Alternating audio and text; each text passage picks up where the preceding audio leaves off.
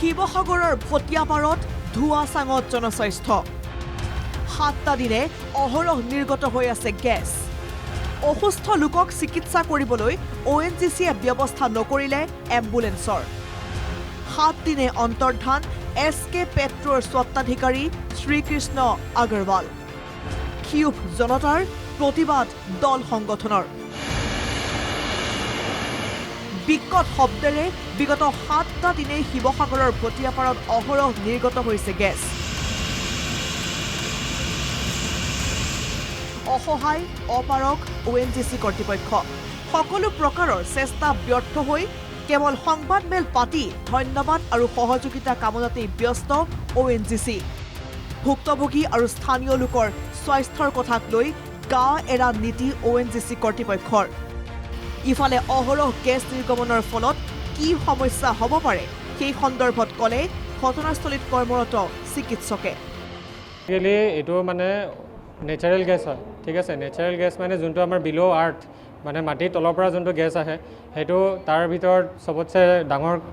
কনচেন্ট্ৰেশ্যন আছে methane butane আইসোপ্ৰপেন যিবিলাক natural gases যিবিলাক থাকে সাউণ্ডৰ কাৰণে এটা প্ৰব্লেম হৈ আছে সেইটো হয় সাউণ্ডটো বহুত বেছি ওচৰত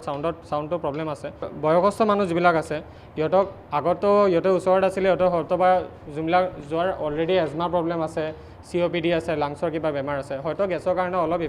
প্ৰব্লেম হ'ব পাৰে কিন্তু আমাৰ নিচিনা মানে অলপ ধৰক ইয়াং এজ বা যাৰ কোনো একো প্ৰব্লেম এনেকৈ নাই ইহঁতৰ ইমান শ্বৰ্ট টাইমত একো এনেকৈ প্ৰব্লেম নহয় 2020 চনৰ 27 মেত বাগজানত ঘটিছিল গেছ নিৰ্গমন 9 জুন 2020ত সংঘটিত হৈছিল অগ্নিকাণ্ড 173 দিনৰ পাছত নিৰ্বাপিত কৰা হৈছিল সেই ভয়ংকৰ জুই কিন্তু এই ভয়াবহ ঘটনাৰ পৰাও যেন শিক্ষা নললে ONGC কৰ্তৃপক্ষই ভটিয়াপাৰত দ্বিতীয় বাগজান কাণ্ড সংঘটিত হোৱাৰ পূৰ্ণ আশংকা ইয়াৰ পাছতো নীৰৱ নিষ্কৰ্মা অসম শোষণকাৰী ONGC ভুক্তভোগীৰ খবৰ নলয় SK পেট্ৰ আৰু স্বত্বাধিকাৰী শ্ৰীকৃষ্ণ আগৰৱালে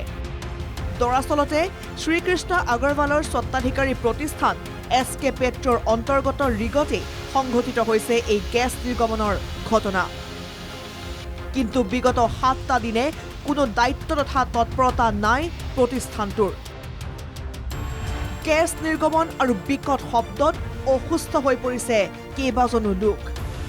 কিন্তু অসুস্থ লোকক চিকিৎসালয়লৈ নিবলৈ ONGCয়ে এম্বুলেন্সৰ ব্যৱস্থা নকৰাৰ অভিযোগ ইফালে শিৱসাগৰ অসামৰিক চিকিৎসালয়ত বন্ধ হৈ আছে ICU জৰুৰী সেৱা বন্ধ হোৱাত আৰু বিপদ বাঢ়িছে ৰোগীৰ 11 তাৰিখ সেইদিনা পটককৈ মানে জেনেৰেটৰটো হেৰি হৈ গৈছিলে কিবা কি কাৰণত গম নাপাম আৰু এনেকৈ জ্বলি গৈছিলে তাত তাৰপিছৰ পৰা আমাৰ লগালগ কাৰেণ্টটো ইয়াতো গুচি গ'ল মানে যোৱাৰ পৰা ধৰক এতিয়া আকৌ কাৰেণ্ট নহ'লে এইটো ICUত নহ'ব যে সেইকাৰণে বন্ধ কৰি থোৱা সেইদিনা আমাৰ ৰোগী প্ৰায় 6 গৰাকী মানে আছিলে ঘটনা সংঘটিত হোৱা 7 দিনৰ পাছত ONGC আৰু SK পেট্ৰৰ বিৰুদ্ধে তীব্ৰ ক্ষোভ দল সংগঠন তথা স্থানীয় লোকৰ শিৱসাগৰৰ যৌথ সংগ্ৰামী মঞ্চই ONGCৰ কাৰ্যালয় অৱৰোধ কাৰ্যসূচী ৰূপায়ণ কৰে ভুক্তভোগী পৰিয়ালক ক্ষতিপূৰণ আৰু পুনৰ সংস্থাপনৰ দাবী ইফালে নাজিৰাৰ ONGCৰ মুখ্য কাৰ্যালয়তো প্ৰতিবাদ অসমীয়া যুৱ মঞ্চৰ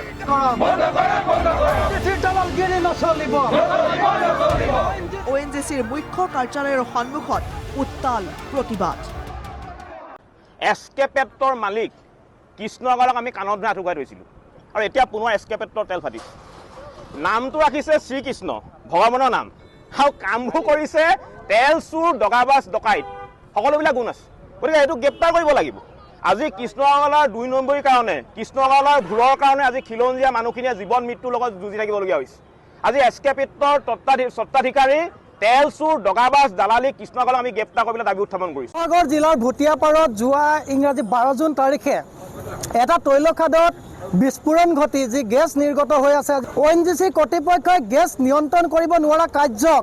আমি অসমীয়া যুৱ মঞ্চ শিৱসাগৰ জিলা সমিতিয়ে তীব্ৰ ভাষাৰে গৰিহণা দিছোঁ আনহাতে SK পেট্ৰ আৰু ONGCৰ বিৰুদ্ধে ক্ষোভ বিধায়ক অখিল গগৈৰ শীঘ্ৰেই বিশেষজ্ঞৰ দ্বাৰা নিৰ্গমন হোৱা গেছ নিয়ন্ত্ৰণ কৰিবলৈ দাবী যে ONGC ব্যৰ্থ হৈছে 7 দিন ধৰি সুনামি আহিলে যেনেকুৱা ধৰণৰ হয় এনেকুৱা এটা আৱাজত কোনোবা মানুহ জীয়াই থাকিব পাৰিব নেকি? ইয়ালৈ ONGCয়ে আনকি এম্বুলেন্সবিলাকো ব্যৱস্থা কৰি দিয়া নাই। অসমৰ মুখ্যমন্ত্ৰীয়ে এটা ব্যৱস্থা কৰক যে অতি সোনকালে ফৰেইন এক্সপাৰ্ট আনক। ONGCয়ে নোৱাৰে। যোৱা 7টা দিন তেওঁলোকে একোৱে কৰা নাই। 3 দিন এক্সপেৰিমেণ্ট কৰিলে, প্ৰত্যেক দিনাই প্ৰত্যেকটো এক্সপেৰিমেণ্টে ফেইল হৈছে। এইদৰে SK পেট্ৰো আৰু ONGCৰ বিৰুদ্ধে ক্ষোভ দল সংগঠন তথা ৰাজনৈতিক নেতাৰ। ইফালে গৌৰীসাগৰ খণ্ড উন্নয়ন বিষয়াৰ কাৰ্যালয়ত সাহায্য পুঁজি বিতৰণ। ক্ষতিগ্ৰস্ত লোকক মুখ্যমন্ত্ৰী সাহায্য পুঁজিৰ পৰা 25,000কৈ বিতৰণ কৰা হয়। বিতৰণ কাৰ্যসূচীটো অথন্তৰৰ অভিযোগ। প্ৰকৃত ক্ষতিগ্ৰস্তই সাহায্য লাভ নকৰাৰ অভিযোগ। আচলতে কথাটো এইটো নহয় যে আমি মানে পইচাটো বা কাৰণে আমি বেছিকৈ চিঞৰ বাখৰ কৰিছোঁ, সেইটো কথা নহয়। কথাটো হৈছে অনিয়মটো। কিয় লিষ্টখনত আমি বঞ্চিত হ'লোঁ আৰু কিয় লিষ্টখনত বঞ্চিত নহ'বলগীয়া মানুহে কিয় পাইছে, আমি এনেকৈ আপোনালোকৰ যোগেদি আমি কথাটো জনাব বিচাৰিছোঁ। দ্বিতীয় পদক্ষেপ যদি আমি ইয়াতো একো নহয়, তেতিয়াহ'লে আমি আৰু অকণমান আয়ুক্ত মহোদয়ক আমি মানে লিখিতভাৱে আমি দিবলৈ চেষ্টা কৰিম। 12 জুনতেই সংঘটিত এই গেছ নিৰ্গমনৰ ঘটনাৰ 7 দিনৰ পাছতো সমাধান কৰিব নোৱাৰাটো ONGCৰ এক বৃহৎ বিফলতা। ইমানৰ পাছতো ONGCয়ে বিশেষজ্ঞ নিয়োগ নকৰাত আৰু অধিক ক্ষোভিত হৈছে সচেতন লোকসকল।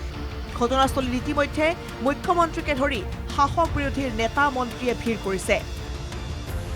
দিল্লীতো অনুষ্ঠিত হৈছে গুৰুত্বপূৰ্ণ বৈঠক। কিন্তু সকলো তৎপৰতাক ভেঙুচালি কৰি সাৱধানতাৰ নামত ঘটনাস্থলীত কেৱল পানী ছটিয়াই দায়িত্ব পালন ONGCৰ। শিৱসাগৰৰ পৰা জয়জ্যোতি গগৈ, সমীৰণ দুৱৰা আৰু নাজিৰাৰ পৰা দেৱজিৎ শৰ্মাৰ ৰিপৰ্ট NKTV+।